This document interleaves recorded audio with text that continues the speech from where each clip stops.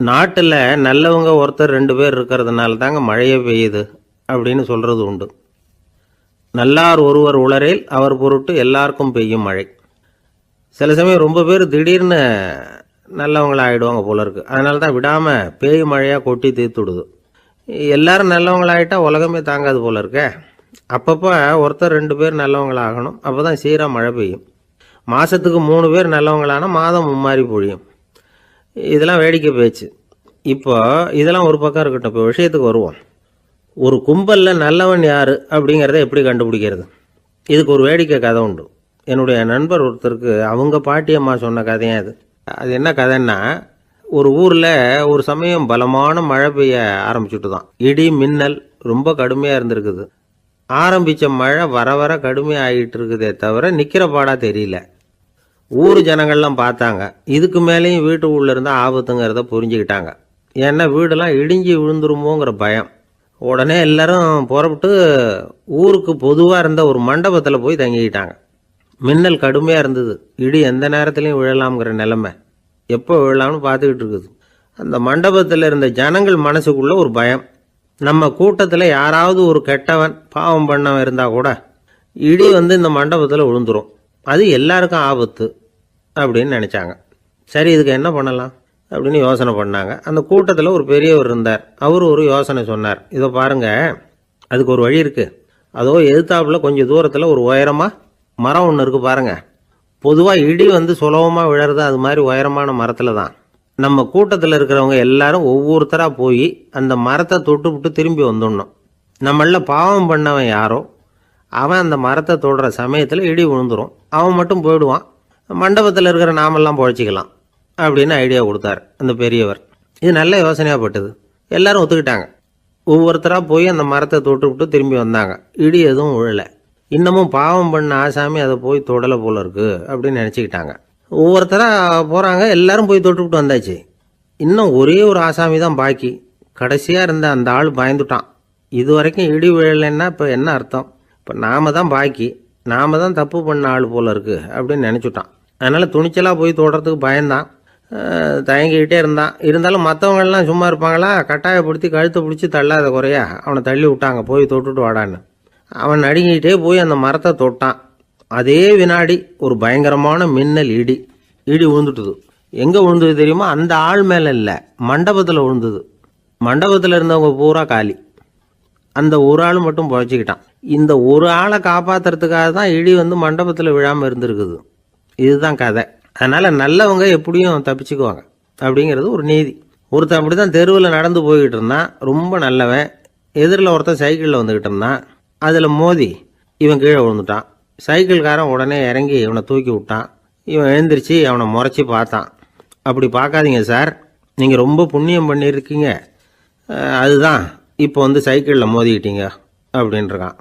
என்ன அப்படி சொல்கிறேன் நான்? இவன் 10 நிமிஷத்துக்கு முன்னாடி நான் லாரி ஓட்டிகிட்டு வந்தேன், அப்போ நீங்கள் எதிரில் வந்திருந்தீங்கன்னா என்ன ஆயிருக்கும் அப்படின்னானா அவன். ஒரு பெரிய அரசன் இந்த உலகம் பூராவையும் ஆண்டுகிட்டு இருந்தான். ரொம்ப காலம் அப்படி அரசாட்சி பண்ணிக்கிட்டு இருந்தான். திடீர்னு அவனுக்கும் சில எதிரிகள் முளைச்சாங்க. அவங்கெல்லாம் ஒன்று சேர்ந்து இவனை தோற்கடிச்சுட்டாங்க. தோற்று போனதும் இவனுக்கு பயம் வந்துட்டுது. எங்கே எதிரிகள் நம்ம கொண்டுடுவாங்களோ அப்படின்னு. வெளியில் வந்தால் தனக்கு ஆபத்துன்னு பயந்துக்கிட்டு யாருக்கும் தெரியாமல் ஒரு குகைக்குள்ளே போய் பதுங்கி கிடக்கிறான். நிலைமையை பாருங்கள். முதல் நாள் அரண்மனையில் அதிகாரம் பண்ணிக்கிட்டு இருந்தவன் மறுநாள் குகையில் பயந்து போய் பதுங்கி கிடக்கிறான். ராத்திரி நேரம் வந்தது. பசி வயத்தை கிள்ளுது. பிச்சை எடுத்து சாப்பிட வேண்டிய நிலைமை. பிச்சை எடுக்கிறதுக்கு பாத்திரம் வேணுமே, என்ன பண்ணுறது அப்படின்னு அங்கேயும் இங்கேயும் பார்க்குறான். ஒரு மூலையில் யாரோ விட்டுட்டு போன ஒரு ஓடு கிடக்குது. அதை எடுத்துக்கிட்டு புறப்பட்டான். இருட்டில் வழி புரியல. ஏதோ ஒரு யூகத்தில் காலை மெதுவாக எடுத்து வச்சு நடந்து போயிட்டுருக்கிறான். வழியில் ஒரு கருப்பு நாய் படுத்து கிடந்தது. இருட்டில் அவன் இது கண்ணுக்கு சரியாக தெரியல. அவனுக்கு தவறி போய் காலை வச்சுட்டான். அது மேலே நாய் சும்மா இருக்குமா, வள்ளுன்னு விழுந்து கடிச்சு விட்டுது. காலை பார்க்குறான். காலத்தையும் நினச்சி பார்க்குறான். அரண்மனையில் வீரக்கழல் அணிந்த காலை உடைய மன்னா அப்படின்னு புகழ்வாங்களே புலவர்கள்லாம். ஆனால் அது இன்றைக்கி நாய் கடித்த காலம் ஆகிட்டுதே அப்படின்னு நினைக்கிறான்.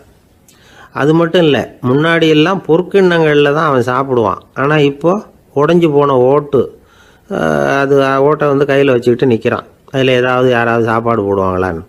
முன்னாடியெல்லாம் நிறைய பேர் அரண்மனைக்கு வருவாங்க. அரசருக்கு காணிக்கைன்னு சொல்லி இவன் காலடியில் கொண்டாந்து கொட்டுவாங்க. அப்போலாம் இவன் அந்த ஜனங்களுடைய முகத்தை திரும்பி கூட பார்க்கறதில்ல, ரொம்ப கர்வமாக உட்காந்துருப்பான். அதே ஆள் இன்றைக்கி எல்லார் கண்ணுலேயும் படுறது மாதிரி பிச்சை எடுத்துக்கிட்டு இருக்கிறான். அப்போலாம் காணிக்கைகளை தன்னுடைய கையால் வாங்கிறது தனக்கு கௌரவ குறைச்சல்னு நினச்சி தன்னுடைய வேலைக்காரங்களை விட்டு தான் அதை வாங்க சொல்லுவான். இப்போ பார்த்திங்கன்னா அவனே தன் கையாலேயே பிச்சை வாங்குறான். நினச்சி பாருங்கள், அந்த மனுஷன் நாள் அரசன், மறுநாள் பிச்சைக்காரன், எவ்வளோ வித்தியாசம். செல்வம் தான் இப்படி ஒரு வித்தியாசம் ஏற்படுறதுக்கு காரணம். அப்படிப்பட்ட செல்வம் வாழ்க்கையை நடத்துறதுக்கு நமக்கு தேவை தான். ஆனால் அதையே நாம் அடைய வேண்டிய பயனாக நினைக்கிறோம் பாருங்கள், அதுதான் வேடிக்கை. இதை நம்மாழ்வார் அழகாக ஒரு பாசுரத்தில் சொல்கிறார். ஒரு நாயகமாய் ஓட உலகுடன் ஆண்டவர், கருணாய் கவர்ந்த காலர், சிதைகிய பானையர், பெருநாடு காண இம்மையிலே பிச்சைதாம் கொள்வர், திருநாரணன் தாழ் காலம் பெற சிந்தித்து உய்மினோ அப்படிங்கிறார் நம்மாழ்வார். ஒரு பெரிய பணக்காரர் ஒரு துறை வீட்டை போய், சாமி என்கிட்ட நிறைய பணம் இருக்குது, இருந்தாலும் நிம்மதி இல்லை, என்னால் நிம்மதியாக இருக்க முடியல, என்ன காரணம்னு கேட்டாராம். உடனே அந்த துறவி இதுக்கு நேரடியாக பதில் சொல்லாமல் பக்கத்தில் நின்றுக்கிட்டு இருந்த ஒரு குழந்தைய கூப்பிட்டார். அது ஓடியாந்தது. ஒரு ஆப்பிள் பழத்தை எடுத்து அது கையில் கொடுத்தார். அதை வாங்கிக்கிட்டு குழந்தை சிரிச்சுது. இன்னொரு பழத்தை எடுத்து கொடுத்தார். அதை இன்னொரு கையில் வாங்கிட்டு சிரிச்சுது. மூணாவது ஆப்பிள் எடுத்து கொடுத்தார். 2 பழத்தையும் நெஞ்சில் அணைச்சிக்கிட்டு 3ஆவது பழத்தையும் வாங்கிறதுக்கு முயற்சி பண்ணிச்சு. ஆனால் அது உடனே நழுவி கீழே உருண்டு ஓடிச்சு. ஏற்கனவே இருந்ததும் விழுந்துட்டுது. இப்போ அந்த குழந்தை அழ ஆரம்பிச்சுட்டுது. இப்போ அந்த துறவி பணக்காரர்கிட்ட சொன்னாராம், குழந்தைய கவனிச்சியா, 2 ஆப்பிள் போதும்னு அது நினச்சிருந்தா இப்போ அது அழ வேண்டிய அவசியம் வந்திருக்குமா அப்படின்னாராம். எதுவுமே அளவுக்கு மிஞ்சினா துன்பந்தான். இந்த காலத்தில் இதெல்லாம் யார் காதில் வாங்குறாங்க? ஒருத்தனை நல்ல வழிக்கு கொண்டு வரணும்னு நினச்சி அவனை கூப்பிட்டு உட்கார வச்சு இந்த கதையை சொல்லிகிட்டு இருந்தாங்க. சொல்லிவிட்டு அந்த குழந்தை செஞ்சது தப்பு தானே அப்படின்னு கேட்டிருக்கிறாங்க. ஆமாம், தப்பு தான், நானாக இருந்தால் அப்படி செஞ்சுருக்க மாட்டேன் நானா இவன். 2 பழமே போதும்னு சொல்லியிருப்பியா அப்படின்னு கேட்டிருக்காங்க. அப்படி இல்லைங்க, அவர் கொடுக்க ஒவ்வொரு பழமாக வாங்கி பின்னாடி வச்சுட்டு மறுபடியும் கையை நீட்டுவேன் அப்படிங்கிறானா. இவெல்லாம் எந்த காலத்தில் திருந்துறது? ஒரு நாள் ஒரு 10-15 பள்ளிக்கூடத்து பிள்ளைங்க தேடிட்டு வந்தாங்க.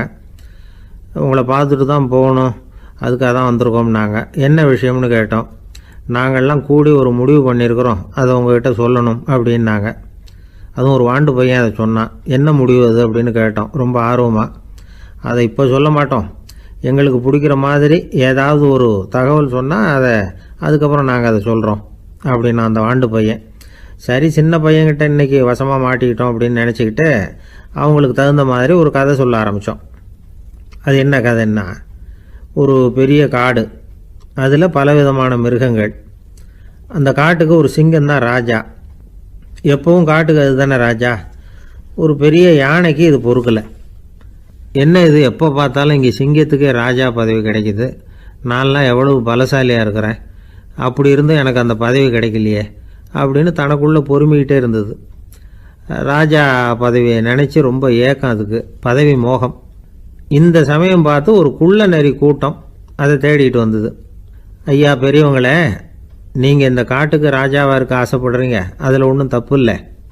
ஆனால் அதுக்கு முன்னாடி நீங்கள் எங்கள் கூட்டத்துக்கு கொஞ்ச நாள் தலைவராக இருங்க, அதாவது ராஜாவாக இருங்களேன், உங்களுக்கும் ஒரு ட்ரைனிங் கிடைச்சது மாதிரி இருக்கும் அப்படின்னு சொல்லியிருக்குது இந்த கூட்டம், குள்ளநெறி கூட்டம். இதை கேட்ட உடனே யானைக்கு ரொம்ப சந்தோஷம் தாங்கலை. அதுதான் எப்போன்னு பதவிக்காக காத்துக்கிட்டு இருக்குதே. இருந்தாலும் கொஞ்சம் பிகுவோட, சரி நீங்கள்லாம் இவ்வளோ தூரம் என்ன தேடிட்டு வந்து கேட்கறதுனால மறுக்க முடியல அப்படின்னு ரொம்ப ஏதோ அவளுக்கு சிரமப்பட்டு ஒத்துக்கிறது மாதிரி ஒத்துக்கிட்டது. ஏதோ உங்கள் ஆசைக்கு கட்டுப்படுறேன், கொஞ்ச நாள் உங்கள் கூட்டத்துக்கு ராஜாவாக இருக்கிறதுக்கு சம்மதிக்கிறேன் அப்படின்னுது. உடனே அந்த யானை ராஜ நட போட ஆரம்பிச்சிட்டுது. யானை சாதாரணமாக நடந்தாவே எப்படி இருக்குங்கிறது நமக்கு தெரியும். அதுவே ராஜ நடந்தால் எப்படி இருக்கும் கற்பனை பண்ணி பாருங்கள். யானை முன்னாடி கம்பீரமாக போய்கிட்டு இருக்குது, தலைவர் இல்லையா, அதனால் குள்ள நரிகள்லாம் ரொம்ப அடக்கமாக அது பின்னாடி அணிவகுத்து போயிட்டு இருக்குது. ராஜா வாழ்க, மன்னர் வாழ்க அப்படின்னு கோஷம் வேற. யானைக்கு தலைகால் புரியல, அவ்வளவு சந்தோஷம். அந்த யானைக்கு செருக்கு, ஆணவம் எல்லாம் ஏற்பட்டு போச்சு. அதுக்கப்புறம் அது தரையை பார்க்குமா, நிமிர்ந்து நடக்க ஆரம்பிச்சுட்டுது. தரையை பார்க்குறதே இல்லை. அப்படி போயிட்டுருக்கிறப்போ ஒரு சதுப்பு நிலத்தில் திடீர்னு காலை வச்சுட்டுது. அவ்வளோதான், கால் உள்ளே போட்டுது. இன்னொரு காலை எடுத்து வச்சுது, அதுவும் உள்ளே போட்டுது. அந்த 2 காலையும் எடுக்கிறதுக்காக அடுத்த 2 காலையும் அழுத்துச்சு, அதுவும் உள்ளே போக ஆரம்பிச்சுட்டுது. இப்போ 4 காலம் வசமாக சேத்துல அழுந்தி போச்சு, எடுக்க முடியல. குள்ள நரிகள்லாம் அதை சுற்றி சுற்றி வந்தது. சிலது சுற்றி நின்று டான்ஸ் ஆட ஆரம்பிச்சுட்டுது யானையை பார்த்துட்டு. இதை யானை பார்த்தது. என்ன இது தலைவர், நான் தவிச்சிக்கிட்டு இருக்கிறேன், தொண்டர்கள்லாம் சுற்றி நின்று வேடிக்கை பார்த்துக்கிட்டு இருக்கிறீங்க, டான்ஸ் ஆடுறீங்க அப்படின்னு கேட்டுதான். தொண்டர்களே, தலைவர் நான் தவிச்சிக்கிட்டு இருக்கிறது உங்களுக்கு தெரியலையா? இப்போ உடனே உங்கள் தலைவரை காப்பாற்ற வேண்டியது உங்கள் கடமை இல்லையா அப்படின்னு கத்துச்சான் அந்த யானை. குள்ள நரிகளில் ஒன்று முன்னாடி வந்து நின்று அந்த யானையை பார்த்து தான், தலைவரே, எங்களுக்கு ரொம்ப நாளாக ஒரு ஆசை, அந்த ஆசையை நிறைவேற்றிக்கிறதுக்காகத்தான் உங்களை எங்கள் தலைவராக ஏற்றுக்கிறோம்னு சொன்னோம் அப்படின்னு தான். என்ன ஆசைன்னு கேட்டிருக்கு யானை. யானை கறி சாப்பிட்டு பார்க்கணுங்கிறது எங்களுக்கு ரொம்ப நாளாக ஆசை, அது இன்றைக்கி தான் நிறைவேற போகுது அப்படின்னு தான் அந்த நரி. இதை கேட்ட உடனே அந்த யானை அப்படியே மூர்ச்சி ஆகிட்டு தான். நரிகள்லாம் அது மேலே ஏறி குதற ஆரம்பிச்சுட்டு தான். பதவி மேலே இருந்த பேராசை அந்த பலசாலியான யானையையே மாட்டி விட்டுட்டுது பார்த்தீங்களா அப்படின்னு சொல்லி முடித்தோம் இந்த கதையை அந்த சின்ன பிள்ளைங்கக்கிட்ட. சரிங்க, இப்போ நாங்கள் உங்களை தேடி வந்த விஷயம் என்னங்கிறத சொல்லவா அப்படின்னா ஒரு வாண்டு பையன். சீக்கிரம் சொல்லு தம்பி, சஸ்பென்ஸ் தாங்கலை அப்படின்னோம். அவன் மெதுவாக எங்களை பார்த்து சொல்கிறான், எங்களுக்கு கொஞ்ச நாள் நீங்கள் தலைவராக இருந்தால் தேவலை அப்படின்னா. ஒரு ஊரில் ஒரு கோயில் இருந்தது, ரொம்ப பழைய கோயில். உள்ளே போகிறதுக்கே பயமாக இருக்கும், எந்த நேரத்தில் இடிஞ்சு விழுந்துருமோ அப்படிங்கிற பயம். அப்படி இருந்ததுனால யாரும் துணிஞ்சு சாமி கும்பிடுறதுக்கு அங்கே போகிறதில்ல. கோயிலுக்கு வர்ற கூட்டம் கொஞ்சம் கொஞ்சமாக குறைய ஆரம்பிச்சுட்டுது. கோயில் நிர்வாகிகள் எல்லாரும் கூடி உட்காந்து பேசினாங்க. என்ன பண்ணலாம்னு யோசனை பண்ணாங்க. எந்த இடம் மோசமாக இருக்கோ அந்த இடத்த பழுது பார்த்தாங்க. அங்கே இங்கே வர்ணத்தை பூசி கொஞ்சம் அழகுபடுத்தி பார்த்தாங்க. ஏதோ இந்த ஊரில் கோயில்னு ஒன்று இருக்குது, அது மக்களுக்கு தெரியணும் அப்படிங்கிறதுக்காகத்தான் இப்படிலாம் பண்ணாங்க. இருந்தாலும் கோவில் இருக்கிற நிலைமை மக்களுக்கு தெரியும், அதனால் அங்கே வர்றது குறைச்சிக்கிட்டாங்க அவங்க. ஒரு கட்டத்தில் யாருமே வர்றதில்லை, நிலைமை அந்த அளவுக்கு ஆயிட்டுது. மறுபடியும் கோவில் நிர்வாகிகள் கூட்டம் நடந்தது. இந்த கூட்டம் கூட கோயிலுக்கு உள்ளே நடக்கலை, இடிஞ்சு விழுந்துருமோங்கிற பயம். அதனால் வெளியில் தான் உட்காந்து கூட்டத்தை நடத்தினாங்க. ஏன்னா உள்ளே போகிறதுக்கு அவங்களுக்கும் துணிச்சல் கிடையாது, எந்த நேரமும் விழுந்துரும் போல் இருந்தது அது. அது வழியாக போகிறவங்க கூட வேகமாக அந்த இடத்த கடந்து போக ஆரம்பிச்சிட்டாங்க. கோவில் நிர்வாகிகள் வெளியில் உட்காந்து கூட்டம் போட்டாங்க இல்லையா, அந்த கூட்டத்தில் 4 தீர்மானங்களை நிறைவேற்றினாங்க. அது என்ன 4 தீர்மானம்னா, முதல் தீர்மானம், இந்த கோவிலை இடிப்பது அப்படிங்கிற முடிவை இந்த கமிட்டி மிகவும் வருத்தத்துடன் ஏற்றுக்கொள்ளுகிறது அப்படின்னு நிறைவேற்றினாங்க. இதுக்கு பதிலாக இன்னொரு கோவிலை உடனடியாக கட்டி முடிச்சுடணுங்கிறது 2வது தீர்மானம். 3வது தீர்மானம் என்ன தெரியுமா, பழைய கோவிலின் கதவுகள், அதிலிருந்து பிரித்து எடுக்கிற செங்கல், இதையே புது கோவில் கட்டுவதற்கு பயன்படுத்தி கொள்ள வேண்டியது. பழைய கோவில் இருந்த மாதிரியே அதே வடிவத்தில் புது கோவிலையும் கட்ட வேண்டியது. பழைய கோவிலின் அஸ்திவாரத்தை அப்படியே வச்சுக்கிட்டு அதுக்கு மேலே நாம் கோயிலை கட்டிக்க வேண்டியது. இதுதான் 3வது தீர்மானம். இதையும் கமிட்டி முழு மனசோடு ஏற்றுக்கிட்டது. இது வரைக்கும் சரி. இப்போ அந்த கமிட்டி 4வதாக ஒரு முக்கியமான தீர்மானத்தை கொண்டுகிட்டு வந்து அதையும் ஏகமனதாக நிறைவேற்றி விட்டது.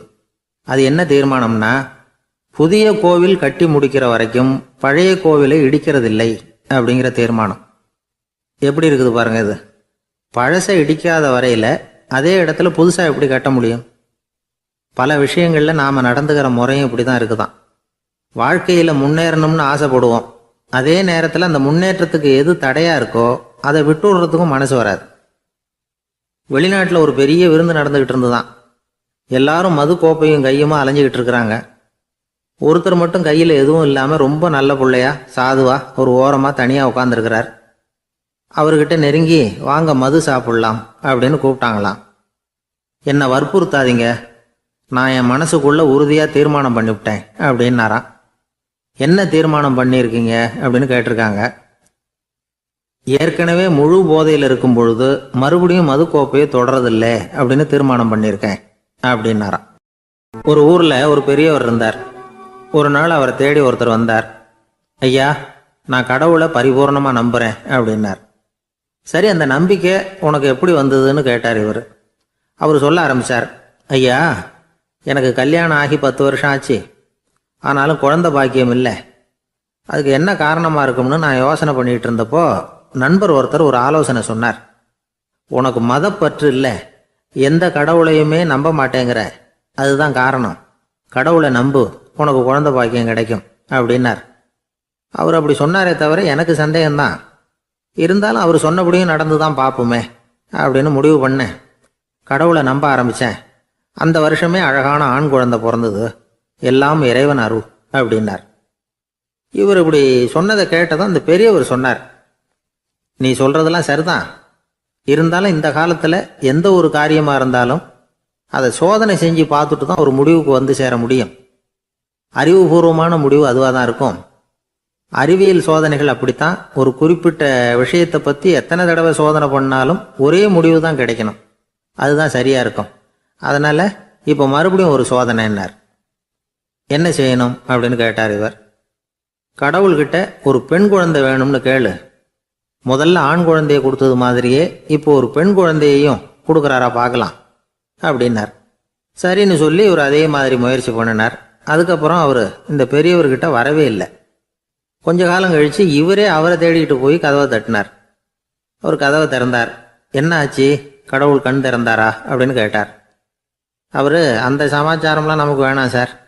முதல் தடவை அது ஏதோ தற்செயலாக ஏற்பட்ட ஒரு சாதகம். இப்போ நீங்கள் 2வது தடவை சொன்ன பிறகு தினமும் கடவுளை வேண்டிக்கிட்டு தான் இருக்கிறேன், ஒன்றும் நடக்கலை அப்படின்னார் ரொம்ப விரக்தியாக. ஒரே ஒரு தோல்வியில் உங்கள் நம்பிக்கையெல்லாம் பறந்து போயிடுது பார்த்தீங்களா அப்படின்னார் அந்த பெரியவர். எல்லாம் நல்ல விதமாக நடக்கிற வரைக்கும் நம்பிக்கை, எதிர்பார்த்தது தோல்வியில் முடிஞ்சுட்டுதுன்னா அவநம்பிக்கை. மற்றவர்கள் பேரில் வைக்கிற நம்பிக்கை எந்த நேரத்திலையும் விவகாரமாகி விடக்கூடிய சாத்தியம் உண்டு. நாம் நம்பிக்கை வைக்க வேண்டியது நம்மகிட்ட தான், நமக்குள்ளே இருக்கிறார் கடவுள். எனவே நம்ம பேரில் நாம் வைக்கிற நம்பிக்கை தான் உண்மையான கடவுள் பக்தி. நிபந்தனையற்ற நம்பிக்கையாக அது இருக்கணும். எல்லாம் நல்லபடியாக நடந்துக்கிட்டு இருந்தால் எந்த முட்டாளுக்கும் நம்பிக்கை வரத்தான் செய்யும் அப்படிங்கிறது ஒரு பெரியவர் கருத்து. தியானத்தின் மூலமாக தான் உனக்குள்ள ஆழமாக தோண்டுனா உன்னுடைய அடி ஆழத்தில் நம்பிக்கை வந்து அப்படி ஊற்றெடுக்கும், அதை பார்க்க முடியும் அப்படிங்கிறது பெரியவர்கள் சிந்தனை. ஒரு குழந்தை அப்பாவை பார்த்து என்னப்பா பண்ணுறேன்னு கேட்டுதான். பிரார்த்தனை பண்ணிகிட்டு இருக்கிறேன்னாராம் அப்பா. பிரார்த்தனை பண்ணுனா என்ன கிடைக்கும் அப்படின்னு கேட்டுதான் குழந்தை. எல்லாம் கிடைக்கும் அப்படின்னாராம் அப்பா. நீ வச்சிருக்கிறிய பேனா அது கூட கிடைக்குமான்னு கேட்டுதான் குழந்தை. கிடைக்குமேன்னு இருக்கார். அப்படின்னா அந்த பேனாவை என்கிட்ட கொடுத்துரு, நீ பிரார்த்தனை பண்ணி வேற பேனா வாங்கிக்கோ அப்படின்னு தான் அந்த குழந்தை. ஒரு காட்டில் ஒரு முனிவர் இருந்தார். ஒரு நாள் அவரை தேடிட்டு 4 பேர் வந்தாங்க. சுவாமி, எங்களுக்கு ரொம்ப நாளாக ஒரு சந்தேகம்னாங்க. என்னன்னு கேட்டார். இந்த உலகத்தில் எவ்வளவோ காரியங்கள் நடக்குது, எது நியாயம் எது அநியாயம் அப்படின்னு புரிஞ்சிக்க முடியலன்னாங்க. அது யாராலையும் புரிஞ்சிக்க முடியாதுன்னார் முனிவர். வந்தவங்களுக்கு ஆச்சரியமாக போச்சு, ஒரு மாதிரியாக பார்த்தாங்க. இதை முனிவர் கவனிச்சார். சரி புறப்படுங்க என்னோடன்னார். எங்கன்னு கேட்டாங்க. இப்போ உங்கள் 4 பேரையும் ஒரு புஷ்பக விமானத்தில் அழைச்சிட்டு போகிறேன். இந்த உலகத்தில் சர்வசாதாரணமாக நடக்கக்கூடிய ஒரு காட்சியை உங்களுக்கு காட்ட போகிறேன். நீங்கள் பார்க்க போகிற அந்த காட்சி நியாயமா அநியாயமா அப்படிங்கிறத என்கிட்ட சொல்லணும். நீங்கள் சரியான பதில் சொன்னால் புஷ்பக விமானத்தில் தொடர்ந்து பிரயாணம் பண்ணலாம். தவறான பதில் சொன்னால் இந்த புஷ்பக விமானம் உங்களை கீழே தள்ளி விட்டுரும் அப்படின்னார். 4 பேருக்கும் பயந்தான். இருந்தாலும் முனிவர் கூப்பிடுறாரே அப்படின்னு சொல்லி புறப்பட்டாங்க. அவங்க எல்லாரும் புறப்பட்டு ஒரு காட்டு வழியாக போய்கிட்டு இருக்கிறாங்க புஷ்பக விமானத்தில். அங்கே நடக்கிற ஒரு காட்சியை காட்டுறார் முனிவர். அதோ அங்கே பாருங்கன்னார்.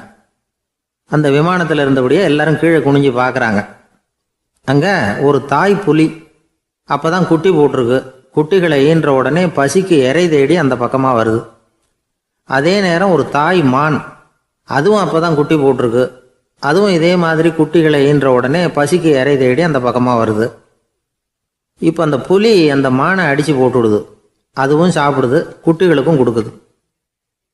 இப்போ அந்த புலிக்குட்டிகள் முகத்தில் மகிழ்ச்சி, தாயை இழந்த அந்த மான் குட்டிகள் முகத்தில் துக்கம்.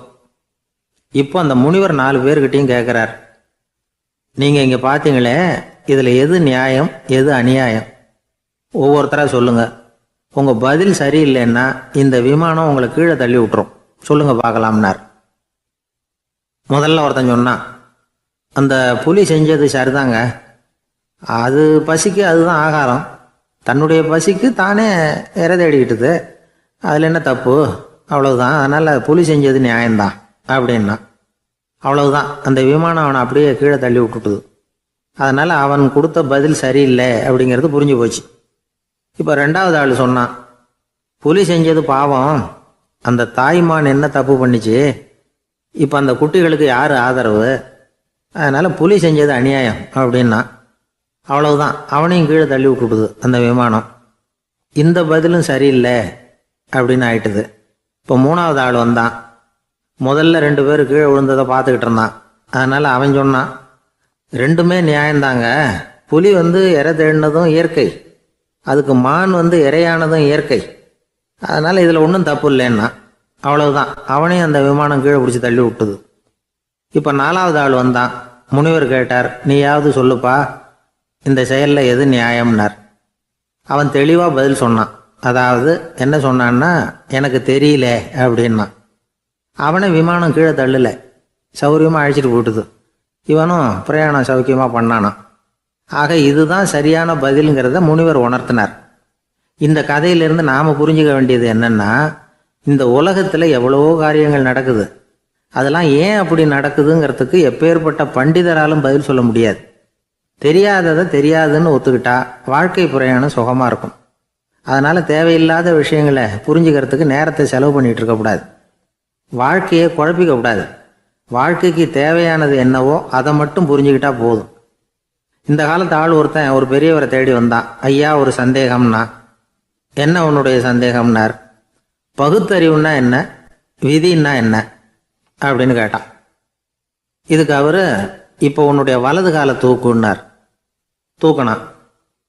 சரி, இப்போ உன்னுடைய வலது காலை கீழே இறக்காம உன்னுடைய இடது காலையும் தூக்குன்னார். தூக்கினான். பொத்துன்னு கீழே விழுந்துட்டான். பெரியவர் சொன்னார், உன்னால் ஒரு காலை தூக்க முடிஞ்சுது, அதுதான் பகுத்தறிவு. 2 கால்களையும் ஒரே சமயத்தில் தூக்கினா அடிபடும், அப்படிங்கிறது தான் விதி அப்படின்னு விளக்கம் கொடுத்தார். இவன் தன்னுடைய விதியை நொந்துக்கிட்டே இடுப்பை பிடிச்சிக்கிட்டு அங்கேருந்து நடந்து போயிட்டான். ஒரு பெரிய தத்துவ சிந்தனையாளர் இருந்தார், சுவாங்சு அப்படின்னு பேர். அவருடைய மனைவி ஒரு நாள் திடீர்னு காலமாயிட்டாங்க. ஐயோ பாவம், அவர் ரொம்ப வருத்தப்படுவார், போய் ஆறுதலாக 4 வார்த்தை பேசிவிட்டு வரலாம் அப்படின்னு நினச்சிக்கிட்டு நிறைய பேர் அவரை தேடிட்டு வந்தாங்களாம். வந்தவங்களுக்கு ஆச்சரியம், ஏன்னா இவர் வருத்தப்பட்டுக்கிட்டு இருப்பார் அப்படின்னு தானே எதிர்பார்த்தாங்க. அப்படி இல்லை, தாளம் போட்டுக்கிட்டு உட்காந்துருக்கிறார். தாளத்துக்கு தகுந்த மாதிரி பாட்டு வேற பாடிக்கிட்டு இருக்கிறார். என்ன மனுஷன் இவர், கொஞ்சம் கூட கவலை இல்லாமல் இப்படி இருக்கிறாரு அப்படின்னு நினச்சாங்க. ஒருத்தர் துணிஞ்சு அவர்கிட்ட கேட்டுவிட்டார், என்னங்க இது இப்படி அப்படின்னு. அதுக்கு அவர் என்ன சொன்னார் தெரியுமா, இதை பாருங்க, என்னுடைய மனைவி பிறக்கிறதுக்கு முன்னாடி அவளுக்கு உயிரும் கிடையாது, உடலும் கிடையாது. அதுக்கு பிறகு தான் உயிர் வந்தது, உடல் வந்தது, அந்த உருவம் வந்தது. இப்போ என்ன ஆச்சு, அந்த உருவமும் உயிரும் போயிட்டுது, அவ்வளவுதானே. வந்தது போயிட்டுது. இளவேனில் காலம், இலையுதிர் காலம், பனிக்காலம், இப்படி பருவங்கள் மாறி மாறி வருது இல்லையா. அது மாதிரி பிறப்பும் இறப்பும் மாறி மாறி வருது, இது இயற்கை. இதுக்காக அழுதா அது எப்படி அப்படின்னாராம். ஞான தெளிவு அடைஞ்சவங்களுக்கு எல்லாமே சுகம்தான். திருவள்ளுவரும் அதை தான் சொல்கிறார், உறங்குவது போலும் சாக்காடு, உறங்கி விழிப்பது போலும் பிறப்பு. தூங்கிறதுக்கெல்லாம் நாம் வருத்தப்பட்டுக்கிட்ட இருக்கிறோமா, இன்றைக்கி தூங்க வேண்டியிருக்குதே, இன்னும் கொஞ்சம் நேரத்தில் நான் தூங்க வேண்டியிருக்கு அப்படின்னு சொல்லி யாராவது அழுதுகிட்டு இருப்பாங்களா? அதனால் இந்த உலக வாழ்க்கையினுடைய இயல்பை யதார்த்தத்தை நாம் தெளிவாக புரிஞ்சுக்கணும். அப்படி புரிஞ்சுக்கிட்டால் நாம் கவலை இல்லாமல் வாழ முடியும். ஒரு வயசான தாத்தா பாட்டி 60 வருஷத்துக்கு முன்னாடி அவங்களுக்கு கல்யாணம் ஆச்சு, ஒன்றாவே வாழ்ந்தாங்க, ஒன்றாவே இறந்து போனாங்க. இப்போ அவங்க 2 பேரும் சொர்க்கத்துக்கு போய் சேர்ந்தாங்க. அங்கே எல்லா வசதியும் இருந்தது. ஒரு பெரிய பங்களாவே இவங்களுக்கு ஒதுக்கி கொடுத்தாங்களாம். இதுக்கு எவ்வளவு வாடகைன்னு கேட்டார் தாத்தா. வாடகையெல்லாம் கிடையாது, இலவசம் அப்படின்னார் அங்கே இருந்தவர். அந்த வீட்டுக்கு பின்னாடி ஒரு பெரிய புல்வெளி இருந்தது.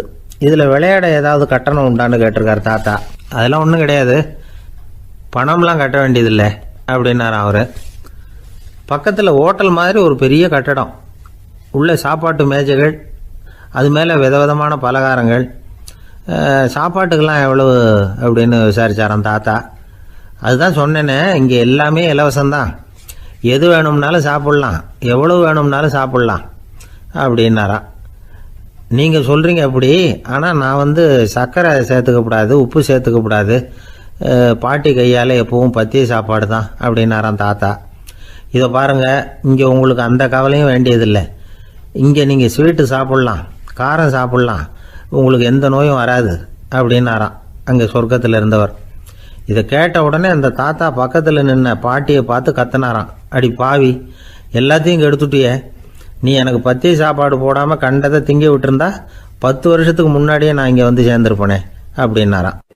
ஐயா, உங்கள் பேரை தொடர்ந்து தினம் கேட்டுக்கிட்டு இருக்கிறேன் அப்படின்னார் ஒருத்தர். தொடர்ந்து கேட்குறீங்களே, உங்களுக்கு காது வலிக்கலையா அப்படின்னு கேட்டோம். பேசுகிற உங்களுக்கே வாய் வலிக்கலை அப்படிங்கிறப்போ கேட்குற எங்களுக்கு எப்படி காது வலிக்கும் அப்படின்னார். நம்ம உடம்புல ஒரு அதிசயம் என்ன தெரியுமா? ரொம்ப நேரம் நாம் நடக்கிறோம்னு வச்சுக்கோங்க, கால் வலிக்கும்.